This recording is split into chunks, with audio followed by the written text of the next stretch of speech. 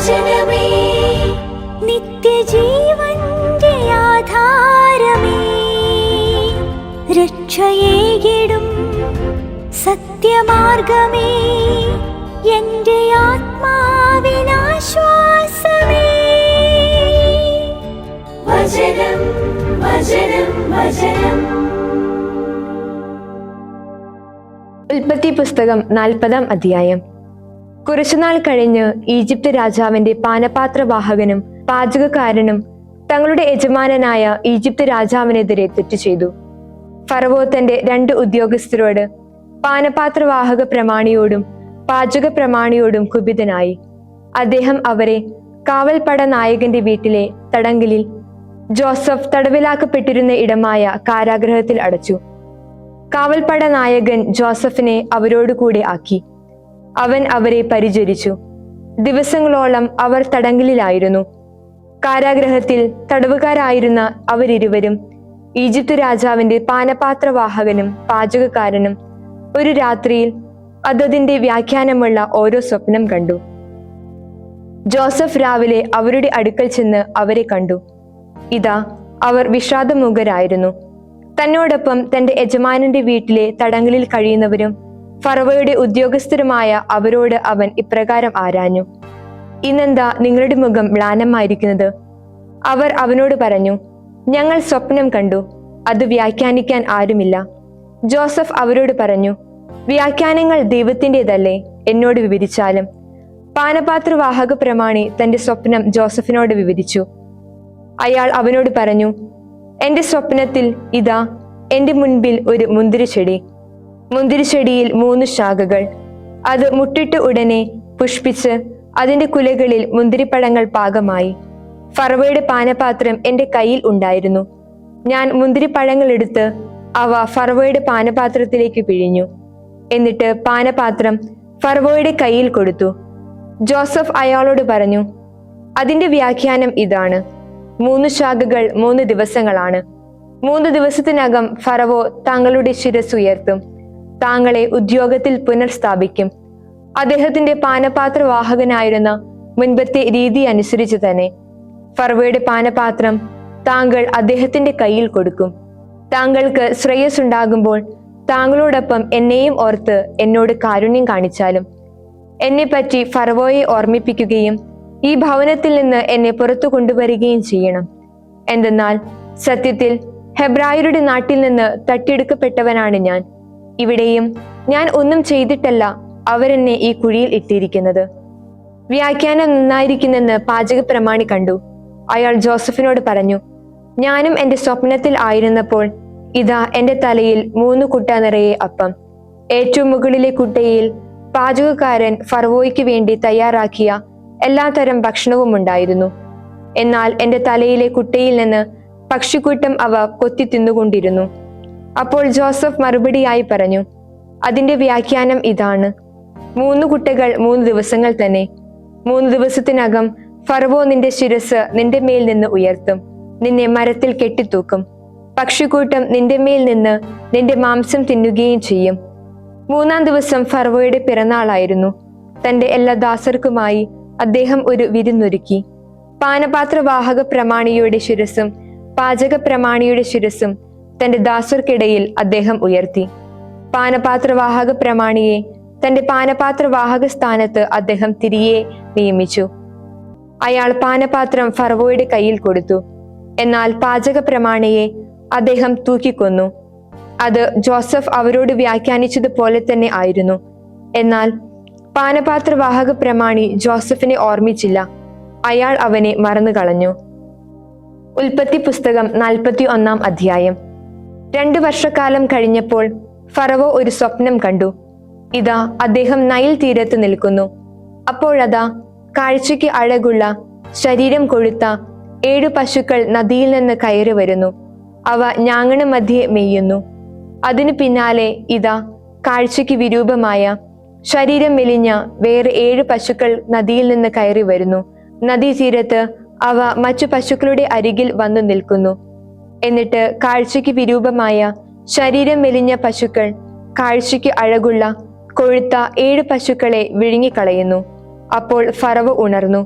അദ്ദേഹം രണ്ടാമതും ഉറങ്ങുകയും സ്വപ്നം കാണുകയും ചെയ്തു. ഇതാ, പുഷ്ടിയും അഴകുമുള്ള 7 ധാന്യക്കതിരുകൾ ഓരോ തണ്ടിൽ വളർന്നു പൊങ്ങുന്നു. അവയ്ക്ക് പിന്നാലെ അതാ ശുഷ്കിച്ചതും കിഴക്കൻ കാറ്റിൽ ഉണങ്ങിക്കരിഞ്ഞതുമായ 7 കതിരുകൾ കൂടി മുളച്ചു പൊങ്ങുന്നു. ശോഷിച്ച 7 കതിരുകൾ പുഷ്ടിയും സമൃദ്ധിയുമുള്ള കതിരുകളെ വിഴുങ്ങുന്നു. ഫറവോ ഉറക്കമുണർന്നപ്പോൾ ഇതാ സ്വപ്നം മാത്രം. പ്രഭാതമായപ്പോൾ അദ്ദേഹത്തിന്റെ ആത്മാവ് അസ്വസ്ഥമായി. ഈജിപ്തിലെ എല്ലാ മന്ത്രവാദികളെയും അവിടുത്തെ എല്ലാ ജ്ഞാനികളെയും ആളഴിച്ചു വിളിച്ച് ഫറവോ തന്റെ സ്വപ്നം അവരോട് വിവരിച്ചു. എന്നാൽ ഫറവോയ്ക്ക് അവ വ്യാഖ്യാനിച്ചു കൊടുക്കാൻ ആരുമുണ്ടായില്ല. അപ്പോൾ പാനപാത്രവാഹക പ്രമാണി ഫറവോയോട് ഇപ്രകാരം പറഞ്ഞു: എന്റെ തെറ്റുകൾ ഇന്നു ഞാൻ ഓർക്കാൻ ഇടയാകുന്നു. ഫറവോ തന്റെ ദാസന്മാരോട് കുപിതനായപ്പോൾ എന്നെയും പാചക പ്രമാണിയെയും കാവൽ സേനാ നായകന്റെ വീട്ടിലെ തടങ്കലിൽ ഇട്ടിരുന്നല്ലോ. ഒരു രാത്രി ഞാനും അവനും സ്വപ്നം കണ്ടു. വ്യാഖ്യാനം സംബന്ധിച്ച് വ്യത്യസ്തതയുള്ള ഓരോ സ്വപ്നമാണ് ഞങ്ങൾ കണ്ടത്. അവിടെ കാവൽ സേനാ നായകന്റെ ദാസനായ ഒരു ഹെബ്രായ യുവാവ് ഞങ്ങളോട് കൂടി ഉണ്ടായിരുന്നു. ഞങ്ങളുടെ സ്വപ്നങ്ങൾ അവനോട് വിവരിച്ചപ്പോൾ അവൻ ഞങ്ങൾക്ക് അവ വ്യാഖ്യാനിച്ചു തന്നു. ഓരോരുത്തരോടും അവനവന്റെ സ്വപ്നത്തിനൊത്താണ് അവൻ വ്യാഖ്യാനിച്ചത്. അവൻ ഞങ്ങൾക്ക് വ്യാഖ്യാനിച്ചു തന്ന പോലെ തന്നെ സംഭവിച്ചു. എന്നെ എന്റെ ഉദ്യോഗത്തിൽ പുനഃസ്ഥാപിച്ചു. അയാളെ തൂക്കിലിടുകയും ചെയ്തു. അപ്പോൾ ഫറവോ ജോസഫിനെ ആളഴിച്ചു വിളിച്ചു. അവർ അവനെ കുഴിയിൽ നിന്ന് തിടുക്കത്തിൽ പുറത്തു കൊണ്ടുവന്നു. അവൻ ക്ഷൗരം ചെയ്ത് തന്റെ വസ്ത്രങ്ങൾ മാറി ഫറവോയുടെ പക്കൽ വന്നു. ഫറവോ ജോസഫിനോട് പറഞ്ഞു: ഞാനൊരു സ്വപ്നം കണ്ടു, എന്നാൽ ആരും അത് വ്യാഖ്യാനിക്കുന്നില്ല. നീ സ്വപ്നം കേട്ട് വ്യാഖ്യാനിക്കാറുണ്ടെന്ന് നിന്നെക്കുറിച്ച് ഞാൻ കേട്ടിരിക്കുന്നു. ജോസഫ് ഫറവോയോട് ഇപ്രകാരം പ്രത്യുത്തരിച്ചു: ഞാനല്ല, ദൈവം ഫറവോയുടെ സമാധാനത്തിനുതകുന്ന ഉത്തരം നൽകും. ഫറവോ ജോസഫിനോട് പറഞ്ഞു: എന്റെ സ്വപ്നത്തിൽ ഇതാ, ഞാൻ നൈൽ തീരത്ത് നിൽക്കുകയായിരുന്നു. അപ്പോൾ അതാ, ശരീരം കൊഴുത്ത രൂപഭംഗിയുള്ള 7 പശുക്കൾ നദിയിൽ നിന്ന് കയറി വന്നു. അവ ഞാങ്ങണ മധ്യേ മേഞ്ഞു. അവയ്ക്ക് പിന്നാലെ ഇതാ, താഴ്ന്ന ഇനവും തീർത്തും വിരൂപവും ശരീരം മെലിഞ്ഞതുമായ മറ്റു 7 പശുക്കളും കയറി വന്നു. അവയെപ്പോലെ വികൃതമായവ ഈജിപ്ത് നാട്ടിലെങ്ങും ഞാൻ കണ്ടിട്ടില്ല. ശോഷിച്ച് വികൃതമായ ആ പശുക്കൾ ആദ്യത്തെ 7 കൊഴുത്ത പശുക്കളെ വിഴുങ്ങിക്കളഞ്ഞു. എന്നാൽ അവ അവയുടെ ഉള്ളിലെത്തിയിട്ടും അവ ഉദരത്തിലെത്തിയെന്ന് ആർക്കും തിരിച്ചറിയാൻ കഴിയുമായിരുന്നില്ല. കാരണം കാഴ്ചയിൽ അവ ആദ്യത്തെ പോലെ തന്നെ വികൃതമായിരുന്നു. അപ്പോൾ ഞാൻ ഉണർന്നു. വീണ്ടും എന്റെ സ്വപ്നത്തിൽ ഞാൻ കണ്ടു, ഇതാ, ഒരേ തണ്ടിൽ വളർന്നു നിൽക്കുന്ന പുഷ്ടിയും അഴകുമുള്ള 7 കതിരുകൾ. ഇതാ, അവയ്ക്ക് ശേഷം മുളച്ചു വരുന്ന ഫലശൂന്യവും ശുഷ്കിച്ചതും കിഴക്കൻ കാറ്റിൽ ഉണങ്ങിക്കരിഞ്ഞതുമായ 7 കതിരുകൾ. ശുഷ്കിച്ച കതിരുകൾ 7 നല്ല കതിരുകളെ വിഴുങ്ങിക്കളഞ്ഞു. ഞാൻ മന്ത്രവാദികളോട് പറഞ്ഞു, എന്നാൽ അത് എനിക്ക് വേണ്ടി വിശദീകരിക്കാൻ ആരുമുണ്ടായിരുന്നില്ല. അപ്പോൾ ജോസഫ് ഫറവോയോട് പറഞ്ഞു: ഫറവോയുടെ സ്വപ്നം ഒന്ന് തന്നെ. ദൈവം ചെയ്യാൻ പോകുന്നതെന്തെന്ന് അവിടുന്ന് ഫറവോയ്ക്ക് വെളിപ്പെടുത്തിയിരിക്കുന്നു. 7 നല്ല പശുക്കൾ 7 വർഷങ്ങളാണ്. 7 നല്ല കതിരുകളും 7 വർഷങ്ങൾ തന്നെ. സ്വപ്നം ഒന്ന് തന്നെ. അവയ്ക്ക് പിന്നാലെ കയറി വന്ന മെലിഞ്ഞവയും വിരൂപികളുമായ 7 പശുക്കളും 7 വർഷങ്ങളാണ്. പതിര് നിറഞ്ഞതും കിഴക്കൻ കാറ്റിൽ ഉണങ്ങിക്കരിഞ്ഞതുമായ 7 കതിരുകൾ ക്ഷാമത്തിന്റെ 7 വർഷങ്ങളാണ്. ഞാൻ ഫറവോയോട് പറഞ്ഞ കാര്യം ഇതാണ്. ദൈവം ചെയ്യാൻ പോകുന്നതെന്തെന്ന് അവിടുന്ന് ഫറവോയ്ക്ക് കാണിച്ചു തന്നിരിക്കുന്നു. ഇതാ, ഈജിപ്ത് നാട് മുഴുവനിലും വൻ സുഭിക്ഷത്തിന്റെ 7 വർഷങ്ങളാണ് വരുന്നത്. അവയ്ക്ക് ശേഷം ക്ഷാമത്തിന്റെ 7 വർഷങ്ങൾ ഉയർന്നു വരും. ഈജിപ്ത് നാട്ടിലെ സകല സമൃദ്ധിയും വിസ്മൃതമാകും. ക്ഷാമം നാടിനെ കാർന്നെടുക്കും. പിന്നാലെ വരുന്ന ആ ക്ഷാമത്തിന് മുൻപിൽ നാട്ടിലെ സമൃദ്ധി അറിയപ്പെടുകയില്ല. കാരണം അത് അതിരൂക്ഷമായിരിക്കും. ഫറവോയ്ക്ക് സ്വപ്നം തുടർച്ചയായി 2 തവണ ഉണ്ടായത് ദൈവത്തിന്റെ ഭാഗത്തു നിന്ന് ഈ കാര്യം ഉറപ്പിച്ചെന്നും ദൈവം അത് നിവർത്തിക്കാൻ തിടുക്കപ്പെടുന്നെന്നും ഉള്ളതുകൊണ്ടാണ്. അതുകൊണ്ട് ഇപ്പോൾ ഫറവോ വിവേകിയും ബുദ്ധിമാനുമായ ഒരാളെ കണ്ടെത്തി അവനെ ഈജിപ്ത് ദേശത്തിന് മേൽ നിയമിക്കട്ടെ.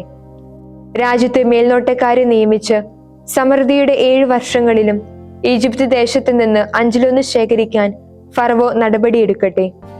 വരാൻ പോകുന്ന ഈ നല്ല വർഷങ്ങളുടെ ഭക്ഷ്യവിഭവം മുഴുവൻ അവർ ശേഖരിക്കട്ടെ. ഫറവോയുടെ കരത്തിൻ കീഴിൽ അവർ ഗോതമ്പ് സമാഹരിക്കുകയും ഭക്ഷ്യവിഭവം നഗരങ്ങളിൽ സൂക്ഷിച്ചു വെക്കുകയും ചെയ്യട്ടെ. ഈജിപ്ത് നാട്ടിൽ ഉണ്ടാകാൻ പോകുന്ന 7 ക്ഷാമവർഷങ്ങളിലേക്കുള്ള രാജ്യത്തിന്റെ കരുതൽ ഭക്ഷ്യവിഭവമായിരിക്കും അത്. അങ്ങനെ നാട് പട്ടിണി കൊണ്ട് നശിക്കാതിരിക്കും. ഫറവോയുടെ ദൃഷ്ടികളിലും അവന്റെ സേവകരെല്ലാവരുടെയും ദൃഷ്ടികളിലും ഇക്കാര്യം നല്ലതായിരുന്നു. ഫറവോ തന്റെ സേവകരോട് പറഞ്ഞു, ഇവനെ പോലെ ദൈവത്തിന്റെ ചൈതന്യം തന്നിലുള്ള ഒരാളെ നമുക്ക് കണ്ടെത്താനാകുമോ? എന്നിട്ട് ഫറവോ ജോസഫിനോട് പറഞ്ഞു, ദൈവം നിന്നെ ഇവയെല്ലാം അറിയിച്ചു കഴിഞ്ഞിരിക്കെ നിന്നെ പോലെ ബുദ്ധിമാനും ജ്ഞാനിയുമായി ആരുമില്ല. നീ എന്റെ ഭവനത്തിന് മേലാളായിരിക്കും. എന്റെ ജനം മുഴുവൻ നിന്റെ വാക്ക് അനുസരിക്കും. സിംഹാസനം സംബന്ധിച്ചു മാത്രം ഞാൻ നിന്നേക്കാൾ വലിയവനായിരിക്കും. ഫറവോ ജോസഫിനോട് തുടർന്ന് പറഞ്ഞു, നോക്കൂ, ഈജിപ്ത് രാജ്യം മുഴുവന്റെയും മേൽ നിന്നെ ഞാൻ നിയമിച്ചിരിക്കുന്നു. ഫറവോ മുദ്രമോതിരം തന്റെ കയ്യിൽ നിന്ന് ഊരിയെടുത്ത് ജോസഫിന്റെ കയ്യിലിട്ടു കൊടുത്തു. അവനെ പട്ടുവസ്ത്രങ്ങൾ ധരിപ്പിച്ചു. അവന്റെ കഴുത്തിൽ ഒരു സ്വർണമാല അണിയിക്കുകയും ചെയ്തു. അദ്ദേഹം തനിക്കുണ്ടായിരുന്ന 2-ാം രഥത്തിൽ അവനെ എഴുന്നള്ളിച്ചു. ഔറേഖ് എന്ന് അവർ അവന് മുൻപേ വിളിച്ചു പറഞ്ഞുകൊണ്ടിരുന്നു. അങ്ങനെ അദ്ദേഹം അവനെ ഈജിപ്ത് രാജ്യം മുഴുവന്റെയും മേൽ നിയമിച്ചു. ഫറവോ ജോസഫിനോട് പറഞ്ഞു, ഞാൻ ഫറവോയാണ്. നിന്നെ കൂടാതെ ഈജിപ്ത് ദേശത്തിലെങ്ങും ഒരുവനും തന്റെ കയ്യോ കാലോ ഉയർത്തുകയില്ല. ഫറവോ ജോസഫിനെ സാഫ്നത്ത് ഫാനായ് എന്ന് പേര് വിളിച്ചു. ഓനിലെ പുരോഹിതനായ പൊത്തിഫറായുടെ മകൾ അസ്നത്തിനെ അവന് ഭാര്യയായി കൊടുക്കുകയും ചെയ്തു. ജോസഫ് ഈജിപ്ത് രാജ്യത്ത് പര്യടനം നടത്തി. ഈജിപ്തിലെ രാജാവായ ഫറവോയുടെ മുൻപിൽ സ്ഥാനീയനായപ്പോൾ ജോസഫിന് 30 വയസ്സായിരുന്നു. ഫറവോയുടെ മുൻപിൽ നിന്ന് പുറപ്പെട്ട് ജോസഫ് ഈജിപ്ത് രാജ്യം മുഴുവൻ സഞ്ചരിച്ചു. സുഭിക്ഷത്തിന്റെ 7 വർഷം ഭൂമി സമൃദ്ധിയുളവാക്കി.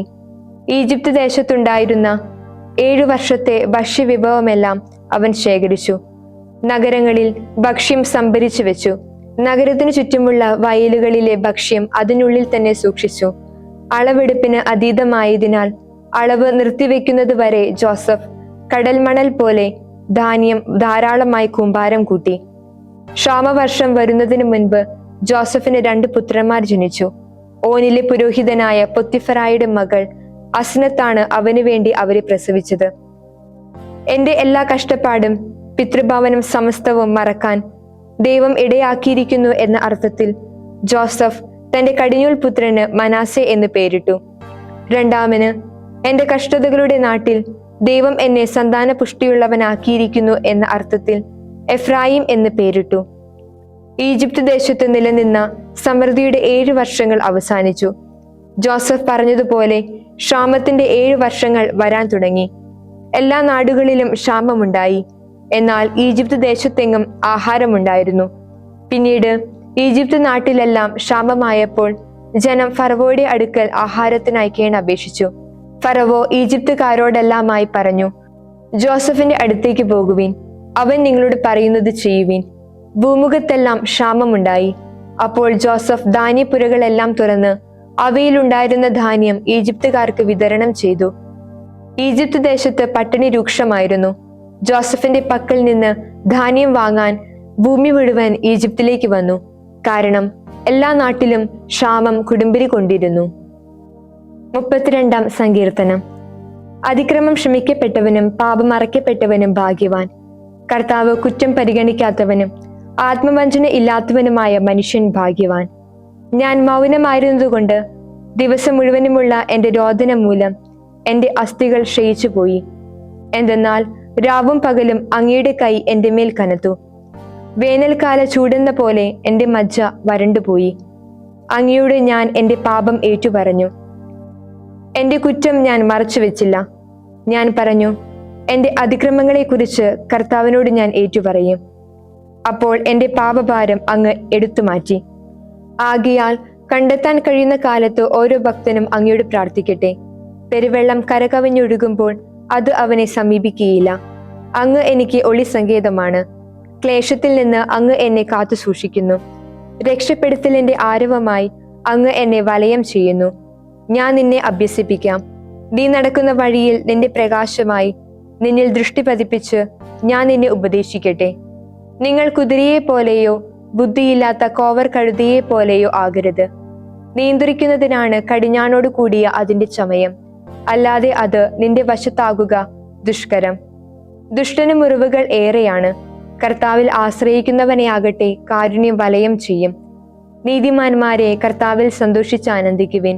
പരമാർത്ഥ ഹൃദയരായ നിങ്ങളെല്ലാവരും ആനന്ദാരവം ഉതിർക്കുവിൻ. 33-ാം സങ്കീർത്തനം. നീതിമാന്മാരെ കർത്താവിൽ ആമോദിക്കുവിൻ. സ്തോത്രാലാപം പരമാർത്ഥതയുള്ളവർക്ക് ചേർന്നതാണല്ലോ. കിന്നരം കൊണ്ട് കർത്താവിന് കൃതജ്ഞത അർപ്പിക്കുവിൻ. 10 കമ്പിയുടെ വീണ കൊണ്ട് അവിടത്തേക്ക് കീർത്തനം ആലപിക്കുവിൻ. അവിടത്തേക്ക് പുതിയ ഒരു ഗീതം ആലപിക്കുവിൻ. ആർപ്പുവിളികളോടെ ഇമ്പകരമായി തന്ത്രിമീട്ടുവിൻ. എന്തെന്നാൽ കർത്താവിന്റെ വചനം പരമാർത്ഥമാണ്. അവിടുത്തെ ഓരോ പ്രവൃത്തിയും വിശ്വസനീയമാണ്. അവിടുന്ന് നീതിയും ന്യായവും ഇഷ്ടപ്പെടുന്നു. കർത്താവിന്റെ കാരുണ്യം കൊണ്ട് ഭൂമി നിറഞ്ഞിരിക്കുന്നു. കർത്താവിന്റെ വചനത്താൽ ആകാശങ്ങൾ നിർമ്മിക്കപ്പെട്ടു. അവിടുത്തെ നിശ്വാസവായുവാൽ അവയുടെ സമസ്ത സൈന്യവും. സമുദ്രജലത്തെ കൂമ്പാരം പോലെ കൂട്ടുന്നവനാണ് അവിടുന്ന്. ആഴങ്ങളെ കലവറകളിൽ സംഭരിക്കുന്നവനാണ് അവിടുന്ന്. ഭൂമി മുഴുവൻ കർത്താവിനെ ഭയപ്പെടട്ടെ. ലോകവാസികളെല്ലാം അവിടുത്തെ പ്രതി സംഭ്രമിക്കട്ടെ. എന്തെന്നാൽ അവിടുന്ന് അരുളി ചെയ്തു, അതുണ്ടായി. അവിടുന്ന് കൽപ്പിച്ചു, അത് നിലവിൽ വന്നു. കർത്താവ് ജനതകളുടെ ആലോചന വ്യർത്ഥമാക്കി. ജനതകളുടെ പദ്ധതികൾ തകർത്തു. കർത്താവിന്റെ ആലോചന എന്നേക്കും നിലനിൽക്കും. അവിടുത്തെ ഹൃദയ വിചാരങ്ങൾ തലമുറ തലമുറയോളവും. കർത്താവ് തങ്ങളുടെ ദൈവമായുള്ള ജനത, അവിടുന്ന് തനിക്ക് അവകാശമായി തിരഞ്ഞെടുത്ത ജനം ഭാഗ്യമുള്ളവർ. കർത്താവ് സ്വർഗത്തിൽ നിന്ന് വീക്ഷിച്ചു. മനുഷ്യ മക്കളേവരെയും അവിടുന്ന് കണ്ടു. അവിടുന്ന് തന്റെ വാസ്തലത്ത് നിന്ന് ഭൂവാസികളുടെ എല്ലാം നേരെ ഉറ്റുനോക്കി. അവിടുന്നാണ് അവരുടെ ഹൃദയങ്ങൾ ഐക്യത്തിൽ രൂപപ്പെടുത്തുന്നവൻ, അവരുടെ സകല പ്രവൃത്തികളും വിവേചിച്ചറിയുന്നവൻ. സൈന്യബാഹുല്യം കൊണ്ട് രാജാവ് രക്ഷിതനാകുന്നില്ല. വലിയ കരുത്തുകൊണ്ട് യോദ്ധാവ് മോചിതനാകുന്നില്ല. വിജയത്തിന് കുതിര നിഷ്പ്രയോജനമാണ്. അതിന്റെ വലിയ ശക്തി കൊണ്ട് അത് രക്ഷപ്പെടുത്തുകയില്ല. ഇതാ, തന്നെ ഭയപ്പെടുന്നവരിലേക്കാണ് കർത്താവിന്റെ ദൃഷ്ടി, തന്റെ കാരുണ്യത്തിനായി കാത്തിരിക്കുന്നവരിലേക്ക് തന്നെ.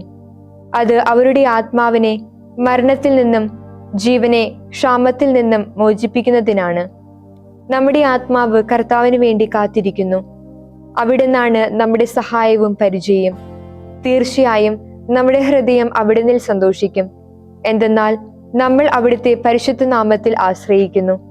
കർത്താവെ, ഞങ്ങൾ അങ്ങയെ കാത്തിരിക്കുന്നത് പോലെ തന്നെ അങ്ങയുടെ കാരുണ്യം ഞങ്ങളുടെ മേൽ ഉണ്ടായിരിക്കണമേ.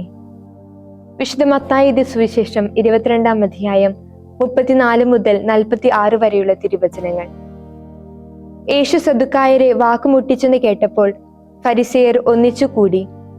അവരിൽ ഒരു നിയമപണ്ഡിതൻ അവനെ പരീക്ഷിച്ചുകൊണ്ട് ചോദിച്ചു, ഗുരു, നിയമത്തിലെ ഏറ്റവും വലിയ കൽപ്പന ഏതാണ്? അവൻ പറഞ്ഞു, നീ നിന്റെ ദൈവമായ കർത്താവിനെ പൂർണ്ണ ഹൃദയത്തോടും പൂർണ്ണ ആത്മാവോടും പൂർണ്ണ മനസ്സോടും കൂടി സ്നേഹിക്കുക. ഇതാണ് ഏറ്റവും വലുതും ഒന്നാമത്തേതുമായ കൽപ്പന. രണ്ടാമത്തേതും ഇതിനു തുല്യം തന്നെ. നിന്നെപ്പോലെ നിന്റെ അയൽക്കാരനെയും സ്നേഹിക്കുക. ഈ 2 കൽപ്പനകളിൽ സമസ്ത നിയമവും പ്രവാചകന്മാരും അധിഷ്ഠിതമായിരിക്കുന്നു. ഫരിസേയർ ഒരുമിച്ച് കൂടിയപ്പോൾ യേശു അവരോട് ചോദിച്ചു, നിങ്ങൾ ക്രിസ്തുവിനെ പറ്റി എന്ത് വിചാരിക്കുന്നു? അവൻ ആരുടെ പുത്രനാണ്? ദാവീദിന്റെ എന്ന് അവർ പറഞ്ഞു. അവൻ ചോദിച്ചു, അങ്ങനെയെങ്കിൽ ദാവീദ് ആത്മാവിൽ അവനെ കർത്താവ് എന്ന് വിളിക്കുന്നതെങ്ങനെ? അവൻ പറയുന്നു, കർത്താവ് എന്റെ കർത്താവിനോട് അരുൾ ചെയ്തു, ഞാൻ നിന്റെ ശത്രുക്കളെ നിന്റെ പാദങ്ങൾക്ക് കീഴുവാക്കുവോളം നീ എന്റെ വലതുഭാഗത്തിരിക്കുക. അതിനാൽ ദാവീദ് അവനെ കർത്താവെ എന്ന് വിളിക്കുന്നെങ്കിൽ അവൻ അവന്റെ പുത്രനാകുന്നത് എങ്ങനെ? അവനോട് ഉത്തരമായി ഒരു വാക്കുപോലും പറയാൻ ആർക്കും കഴിഞ്ഞില്ല. അന്നു മുതൽ അവനോട് എന്തെങ്കിലും ചോദിക്കാൻ ആരും ധൈര്യപ്പെട്ടതുമില്ല. ദൈവവചനമേ, നിത്യജീവന്റെ ആധാരമേ, രക്ഷയേകിടും സത്യമാർഗമേ, എന്റെ ആത്മാവിനാശ്വാസം.